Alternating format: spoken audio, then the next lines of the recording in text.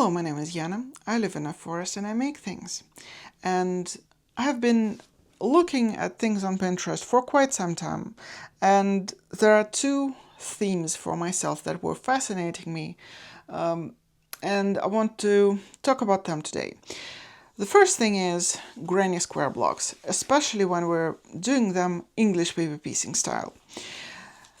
This is what a granny square block might look like, or like this, or like this.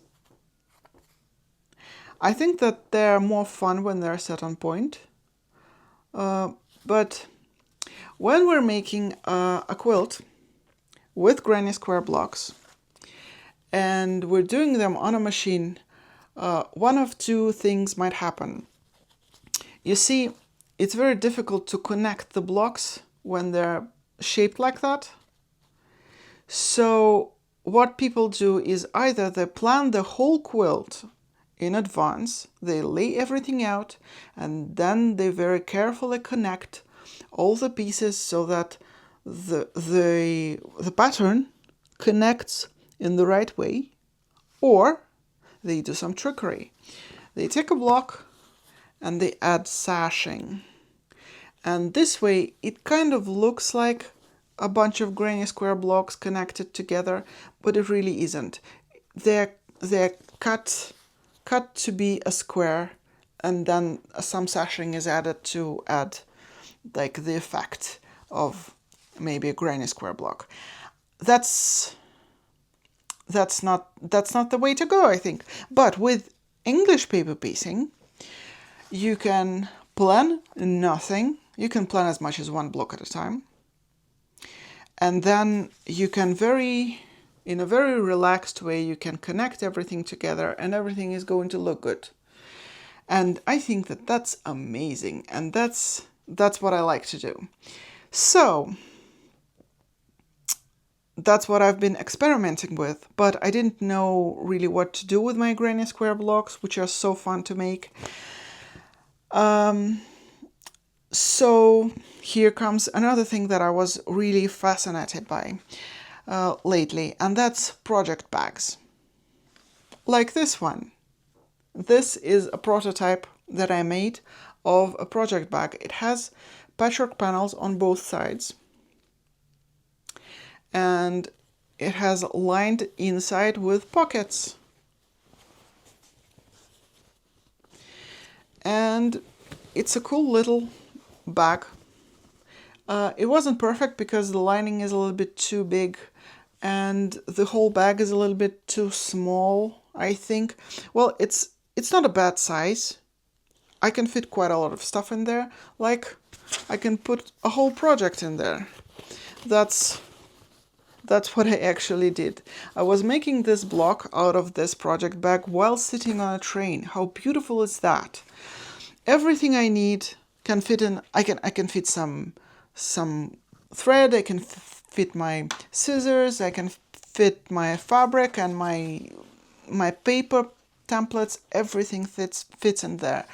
But I kind of wanted to make a bag that would hold maybe a notebook, some pens, like some stickers, bullet journal essentials. So I made another prototype and I made some changes. Here it is. It's bigger. The whole block is bigger. And I changed the proportions a little because I thought, well, I need some space on the sides, obviously. Then I need some more space on the bottom because some of the bottom is boxed. And this way we get the illusion that those sides are the same. But I didn't take into account the fact that when I close the bag like that, the top disappears. So I messed up the proportions. That's why I don't like this bag at all. The other thing that I did, which kind of makes sense, is I thought, well, I don't need two patchwork panels for the front and the back because nobody ever sees the back, theoretically. So I can do something useful with it. I added a loop here, and then instead of a patchwork panel, I did a pocket with a snap. I'm not very good at adding snaps, but here's a pocket. It works. And again, I have my lining with my pockets and everything works. Another thing that's kind of what makes it a prototype and not the final thing is that this hanger sits a little bit too low on the bag and it's a bit awkward. So I want to replace it with a very small, like a coat hanger that you have in the inside of your clothes. Just very small one, so I can put it on a hook if I want to, but it's going to stay a lot more vertical this way. And I'm not sure about the snap. Is it necessary? Maybe it is. Maybe it's not. I'm not going to make another one in my third version because it just makes it a little bit more stressful, and I already am very stressed. What else? What else is wrong with you? I don't like the fabric. The fabric is called twill and it's sold like for making tote bags.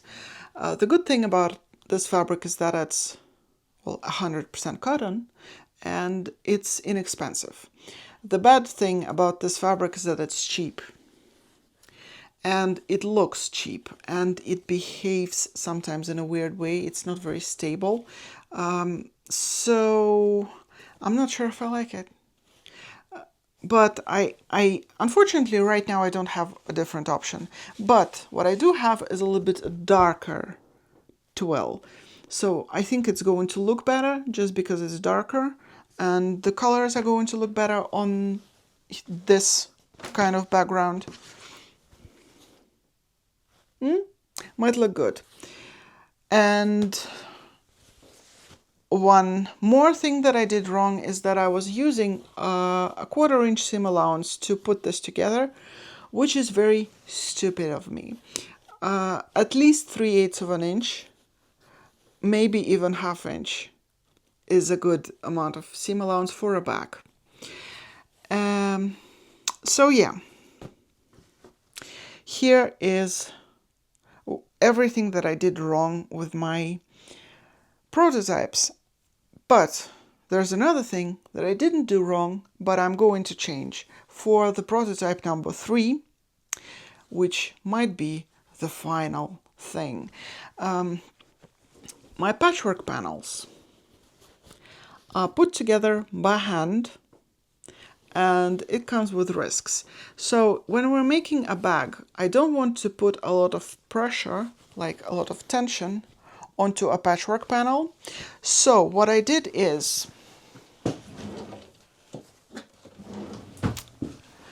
I took some fusible interfacing, and it's cotton fabric that has a layer of glue on it, and I just glued this cotton fabric onto the back of my patchwork panel.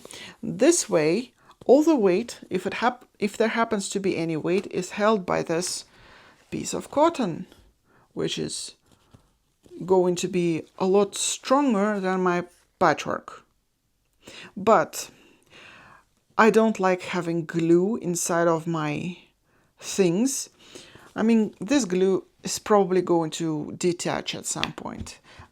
So for my third version of this bag, I'm going to try and do some quilting. I'll take this bed sheet. It's a new bed sheet. It wasn't very popular because it's not very high quality, but I'm going to quilt this to this. And it's going to do a couple things. It's going to make it a little bit more interesting, and it's going to hold it all together. And the weight, if there happens to be any weight, is going to be held by the bed sheet fabric. So let's make a project bag. I'm not going to make a very detailed video. I'm just going to show you some most important steps. Let's take the papers out.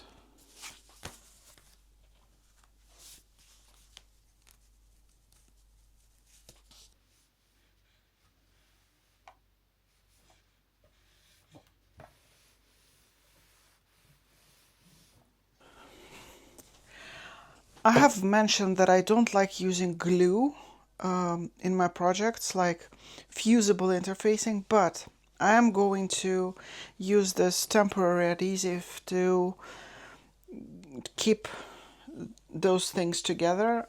My scrap white fabric that I'm going to use as a base for my patchwork so that it doesn't fall apart. I'm going to glue this together and add some quilting.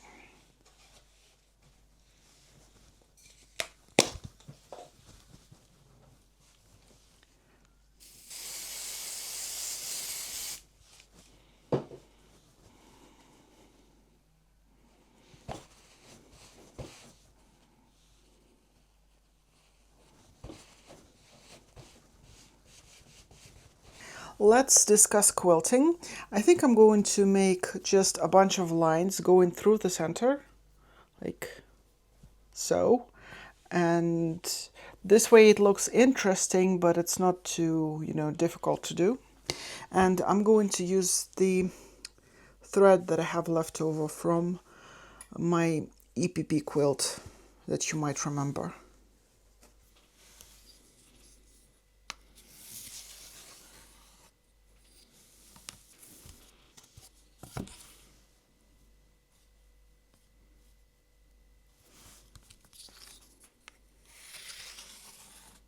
I did my quilting. You can see the chalk lines there, and that's where I wanted to add some lines, but I stopped myself from that because it's very important to know when to stop. I think that it could look cool, but I'm not sure. So I'm going to stop here and cut the fabric. This granny square block is made up of 1-inch squares. So when it's finished, it's not quite 6 inches wide. It goes from here to here. And it's like 1/8 of an inch, 1/8 of an inch short on each side. I'm going to cut it as if it's 6 inches. So I will have a little bit of an overhang on the edge. Nobody's going to notice, but it's going to make my life a lot easier.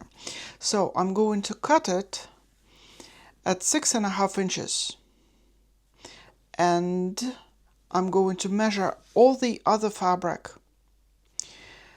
at 6.5 inches where it needs to be. Like, I'm going to treat this as a 6-inch finished block, even though technically it isn't.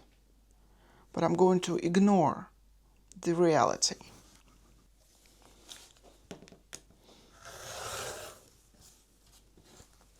So my element is trimmed and quilted. It's strong and good to go.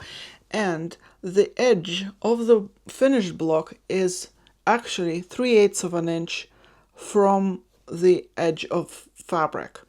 And I want to use a little bit of bigger seam allowance for the bag than I usually would. Like, I don't want it to be 1/4 inch, I want it to be 3/8. So this is perfect. And this way I can use this exact measurements to make my pocket. And the pocket is going to be exactly the same size, and the seam allowance is going to be exactly the same, 3/8. So let me show you how I figure out how long the piece of fabric that I'm using for my pocket needs to be. I'm not sure that this edge is straight, so I'm going to use lines on the fabric to draw my measurements, and then I'm going to trim everything all together. So, things that I need to measure out. I want a 3/8 of an inch seam allowance, so here it is. Then I want the pocket bag to end not at the seam, but a little bit higher. So I'm going to measure it here. This is where I'm going to fold my fabric to. And the third thing that I need to know is, where do I want my pocket to end? Because it's not going all the way up. to the top of the panel because we need some space. I guess I could make it as tall as the thing, but it won't look as good. I think I want it taller than I have it on this prototype. I think I'm going to go about there. And I still have my seam allowance here. So here's the seam allowance. And let's say that we have the top of the pocket here. Now I'm going to start folding the fabric. I will fold it at this top of the pocket measurement. I guess it would have helped if I had a straight edge.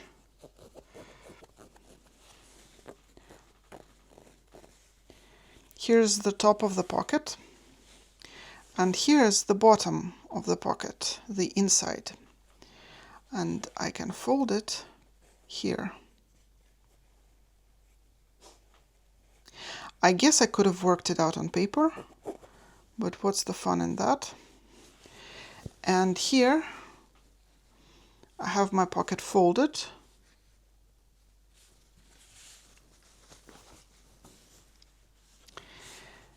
And now I can figure out where I need to cut the fabric. And I need to cut the fabric right here. This way, when everything is combined, I'm going to have my pocket where I need it, and I'm going to have enough fabric for my seam allowance, and it's going to be exactly the same size as this element.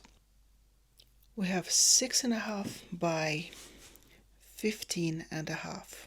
Here's my element all folded. It's a nice time to add a snap if I wanted to.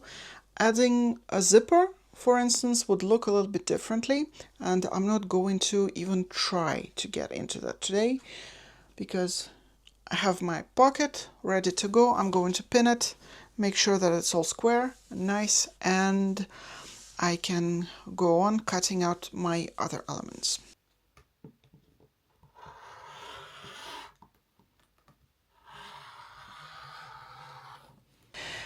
I've made two sizes of strips. This is 2 3/4, and this is just 4 inches. Because why not?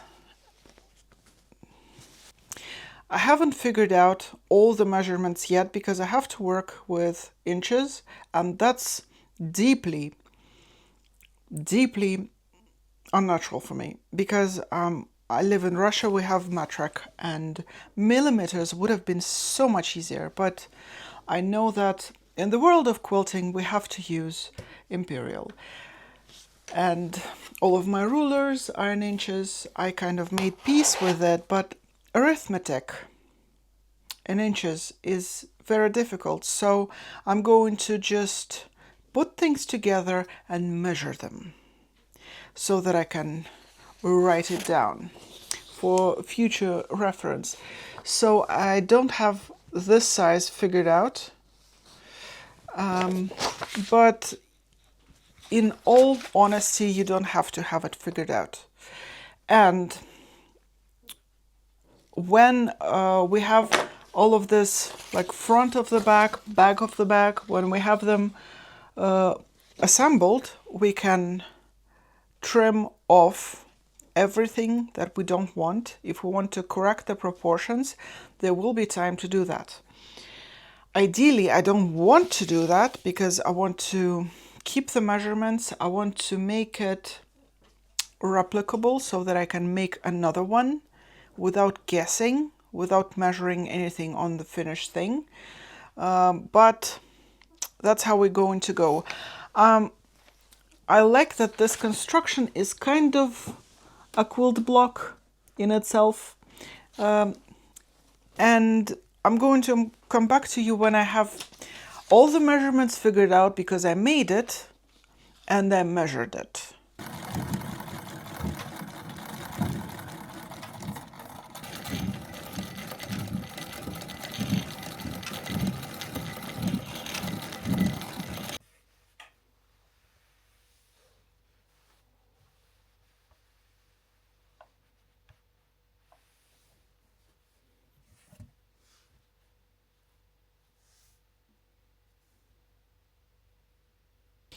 I think that with this fabric some top stitching would look cool. Maybe imagine doing black or dark gray denim with white top stitching, or yellow, you know, like the jeans yellow. Would look delicious, I think. But I'm not going to do this. I'm going to keep adding my strips of fabric. This is a 4-inch strip. I'm going to add it to top and bottom. And this way we'll get to our final measurements for the front and the back of the bag. Here are my 2 panels, front and back, ready to go, and they came out well. Right now they look frighteningly big to me, but it's all an illusion. Here's what I need to do next. I need to chop off some fabric from my apron dress there, and I'm going to make the lining.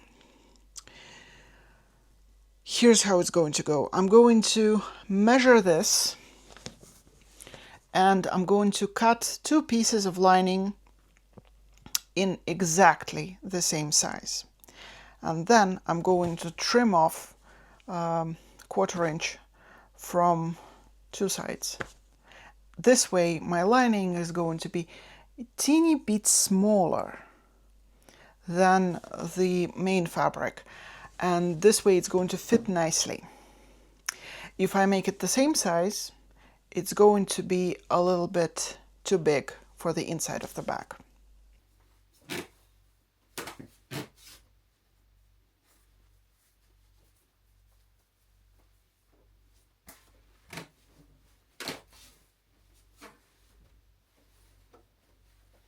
So I did press everything, but the twill makes everything a little bit crooked, and on a previous iteration I had to square up my sewing.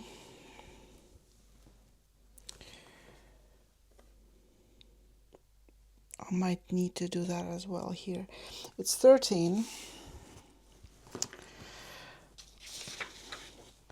It's 13 this way. It's 13 vertically, and it should be 10.5.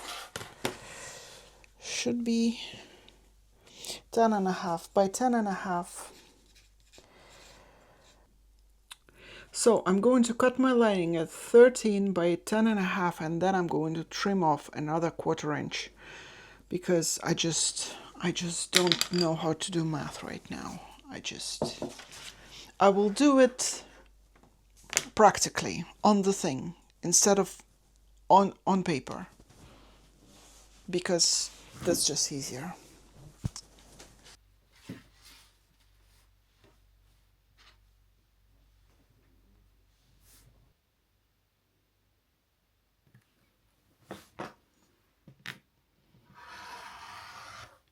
Lining is ready and it fits the panel. So next step is figuring out the inner pockets. I'm going to do it a little bit later.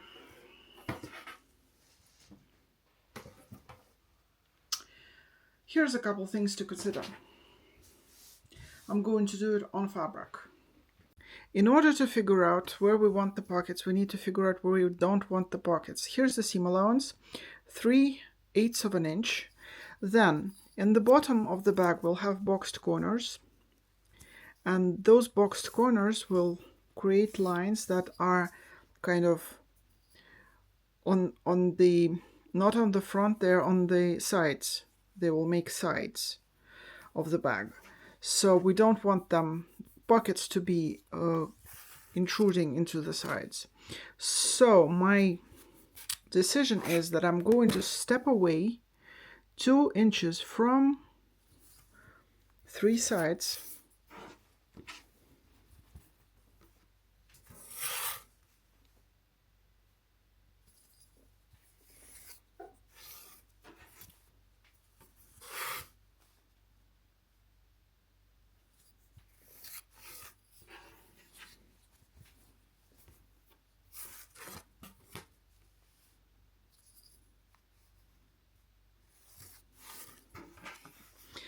And this is the maximum comfortable width of the pocket, and it happens to be,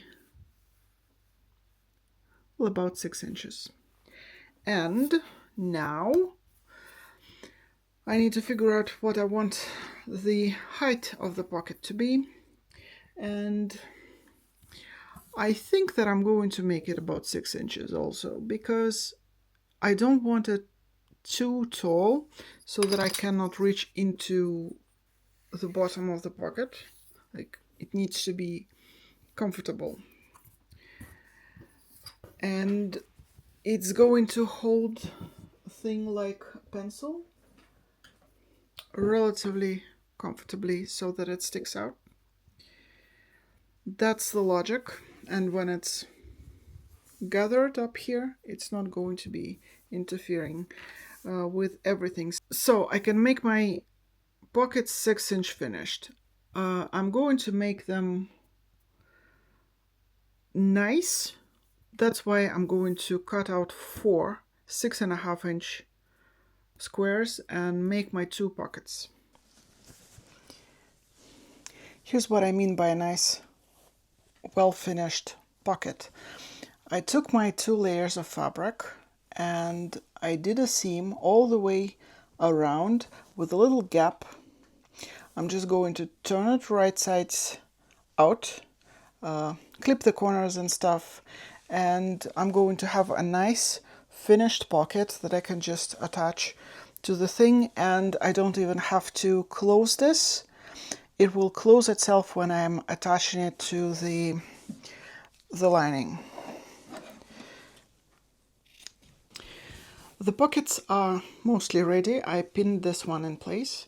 What I did is I pressed a crease into this lining, and I pressed another crease 2 inches from the bottom, and I also pressed a crease into the pocket, and this way I can just match my middles and make sure that the bottom of the pocket is 2 inches from the bottom of the lining piece. And I also made sure that my opening between my 2 sides of the pocket is at the bottom of the pocket, so it does get closed when I sew the pocket in place. Another thing to think about is, do I want to divide my pocket into several sections? Like in this one, I have a fairly short pocket, so I did divide it into 2 parts. Like something where I could store pens and somewhere where I could put like a phone. But with this configuration, it's a little bit awkward. If I put a division in there, it's going to be hard to reach to the bottom. So I'm not going to make any divisions in this pocket. I have attached the pockets to the lining, and I also went ahead and put the lining together like so. Right now I'm going to box the corners on the lining.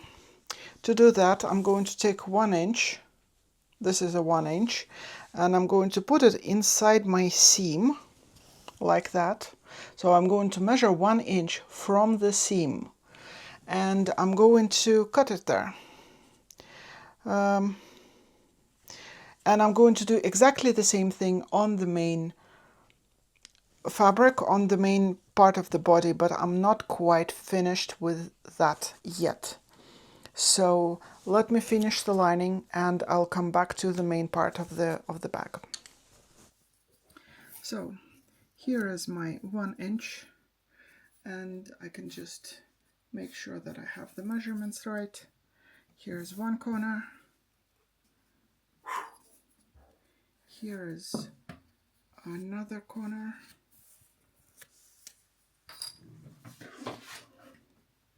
It's good if it's precise, but if it's not, oh well.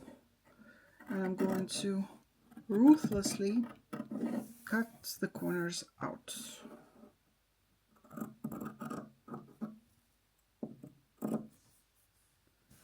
Here they are.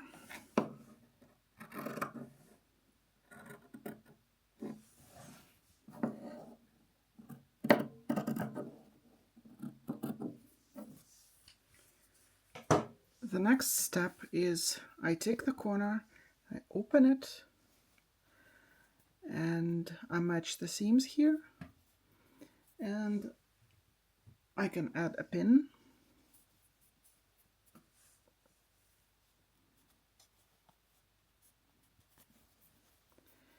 And I'm going to close this corner right there.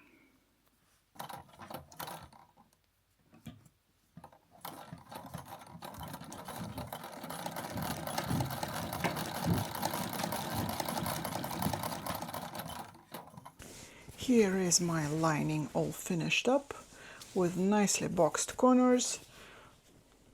And as you can see, the pockets do not interfere with the geometry of the bag.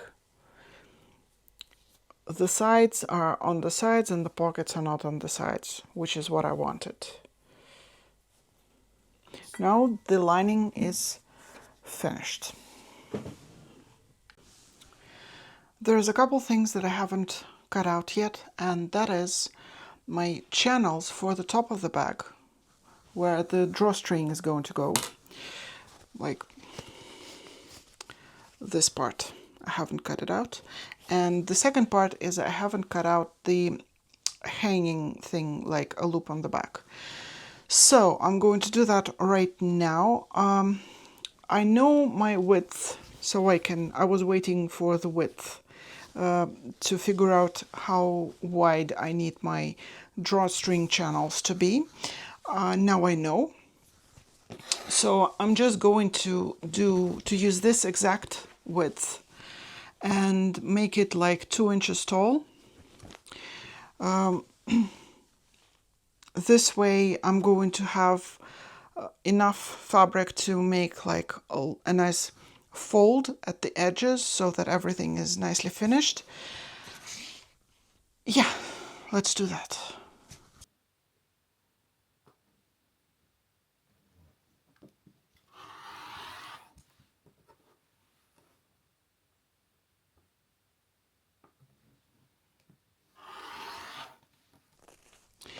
The second thing is the hanging loop, and I'm going to take this piece of fabric that I have. I'm going to fold it somehow. I'm going to make it thin, and I'm going to sew it closed and make a little neat loop that I'm going to attach to the back of my project bag.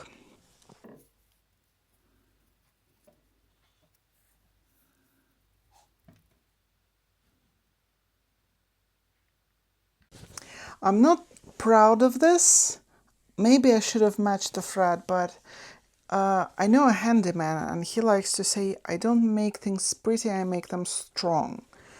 That's the situation right here. I'm not sure if I even need this loop. I'm not sure if I would ever use it, but it's there and it's very, very strong. Now I'm going to put together the outside of the bag, and I'm going to box the corners on the bottom. I am very, very tired. It's 10 o'clock and I have finished assembling the outer part of the bag. I have my boxed corners here and everything is attached. Now, here are my channels for my drawstring, and I have them pinned to the top. I am going to baste them because this part gets messed up all the time. It gets crooked. I don't like it. That's why I'm going to just do a basting stitch all the way around it so that nothing moves anywhere. On the topic of messing up, I did forget something when I did my lining, and that's that I need to leave an opening in the bottom of the bag so that I can, pull it outside out when I attach them together. Usually it's done through the opening in the lining, but I'm not going to rip it open. I'm going to try and work around this, but I'm going to do it tomorrow. Today is Sunday and the video should be out today, but it's late, my back hurts, and I've just realized that the reason why I'm trying to always make the video at the last possible minute is that this way I don't have time to come to the conclusion that the video isn't good enough to post. And I'm trying to fight that. Well, actually, I'm trying to just go to sleep, but I will be fighting my urge to not post a video because I had time to think about it. I'm just going to post it anyway. It's the next day. It's really fun because we have no power, so I cannot watch my shows. I actually enjoy this when we have no electricity because no internet, and this way I do a lot of things. There's a number of things that I cannot do, like I cannot work on my website or something, but I can clean the house, get my but I can clean the house, get my things in order and stuff like that. A lot of work that I can do without internet. Speaking of work, we're back to this.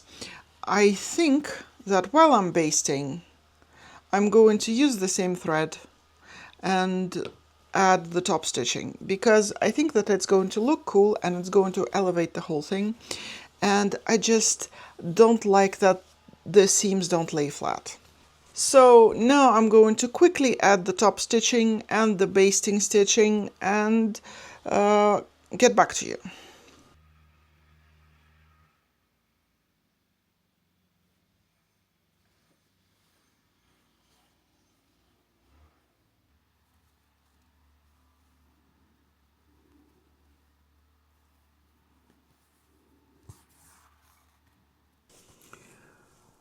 Top stitching is added and I really like how it looks. And now is the last time when I can add more quilting to my patchwork panel if I want to.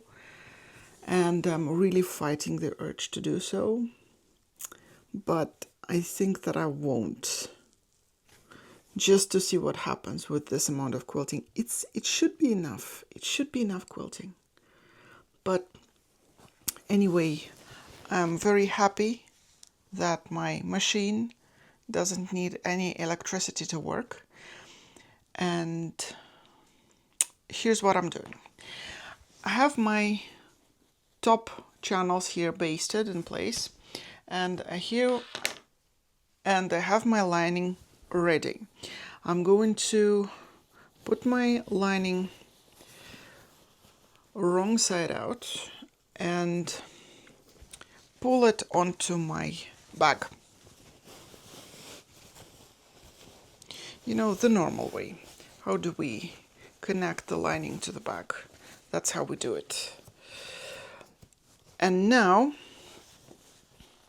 I'm going to run a line of stitching on the perimeter of the top of the bag, but I'm going to leave an opening at the top because I don't have a hole in my lining. I'm going to leave a hole at the top of my stitching, and this way I'll be able to pull it inside out. And then I'm just going to close it with a top stitch. Let's do that.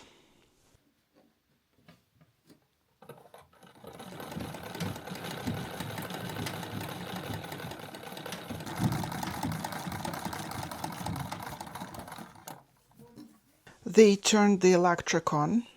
That's good news because I can now iron my final line of stitching. I can make it all neat and flat. So everything is good. Hopefully, makes sense. Looks like a bag.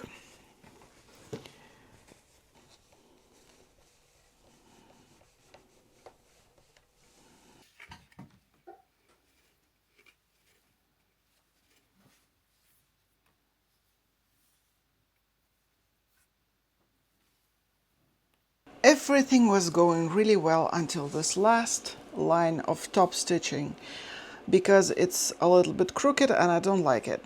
And I could have avoided this problem if I didn't forget to leave an opening in my lining. So, future self, please don't forget to leave an opening in the lining.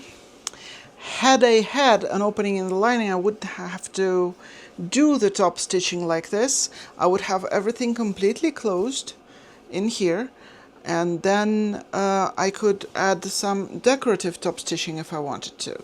So that makes this not a finished product but another prototype. But I will stop prototyping here because I think I've learned everything that I need to know about this bag. So it's finished, done, and I messed it up a little at the very end. Well, a couple things that I don't like. I don't like this top stitching, but I mentioned it already, and I don't like this hanger thing. Although it's really functional and in terms of shape and size it's good, it's just not very neatly done. I would do it differently. I would probably do it by hand or something like this. The placement and the size is good. I don't like the execution. And the top stitching I already mentioned, it's a bit messy and it doesn't look as cute as the top stitching on the other seams right here. Let's see how much stuff I can fit in there. I have my bullet journaling pens and pencils in this pouch. Let's shove them in there. The pockets get in the way. That's something to keep in mind. Let's do some stickers. Let's do a bullet journal. Let's do a morning pages book.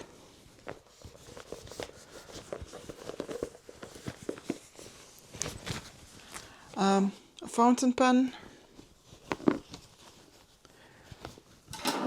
Pair of scissors.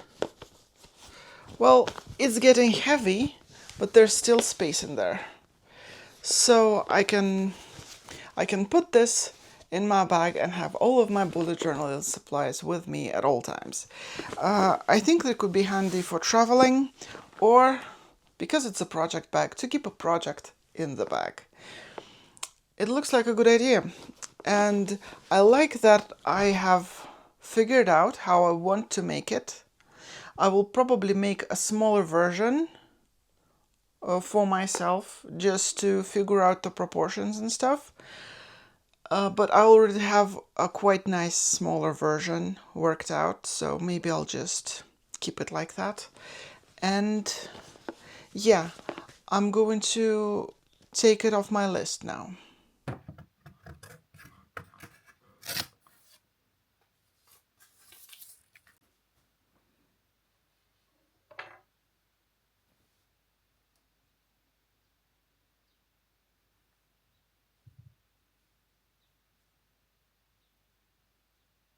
Closing thoughts. Do I have closing thoughts? I might have closing thoughts.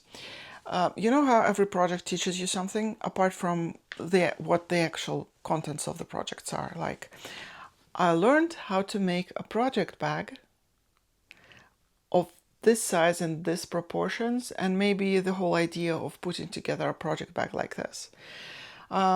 Learned some tips and tricks, what to look for, what to pay attention to, that kind of stuff. That is one layer of the project. But usually there's another layer. Often there's another layer. And in my case it was when something goes wrong with the project, I tend to sometimes give up. Maybe give up on the whole thing, give up on filming, like I did with this prototype. I was making it and then I got really tired and I didn't want to continue, so I stopped filming. And I could have probably made a video about this prototype instead of that prototype. And To be, in all honesty, this one is better. Proportionally, it makes more sense. But I just sometimes do this. When something goes wrong, instead of going to sleep and continuing on the next day, I kept going, but I kept going kind of angrily, out of spite. And I had to start from scratch in a couple days. And the result might be worth it, but maybe it's not worth the stress. And my productivity suffers because of this. I don't know what to make of it. Like, I don't know what do I take away home from this lesson. But it's something to think about, definitely. I always say that when you start something, you must finish it. So when I was really angry in making this prototype, I did finish it, but I didn't film it. But yeah, maybe I should have kept filming. I don't know. That's it for this video. I don't know where the next video is going to come out. Actually, I have a lot of ideas. I have so many ideas of what I want to make, how I want to make it. I have materials ready for some of those projects, but I just don't have the capacity. I don't have time. I don't have the energy. And yeah, I should take more care of myself and just not try to do everything at once. And those projects could be exciting. I'm excited about some of them. I'm less excited about some of them because I just kind of, when the fire is burning, I need to do it right then and there. And when I'm putting it off because, well, I want to film it, then it doesn't get done and things like that. I'm rambling. I should stop. But yeah, the schedule is non-existent. The pressure is a lot. So, I don't know. I'll see you when I see you.